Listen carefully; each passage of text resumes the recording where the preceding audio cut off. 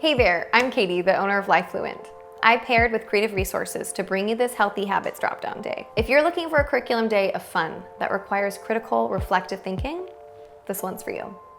Throughout these 5 one-hour sessions, you will be following Lazy Lyle, who, like all of us, has a brain that makes a lot of shortcuts, meaning he develops habits quickly, some good and some bad.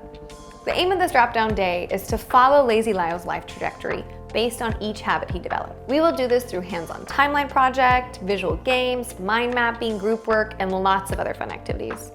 Each student will get a 14-page workbook that is black and white, so it's easy for printing, and teachers will get an easy-to-follow instruction with student videos for each session. The best part of it all, we won't just be focusing on Lazy Lyle.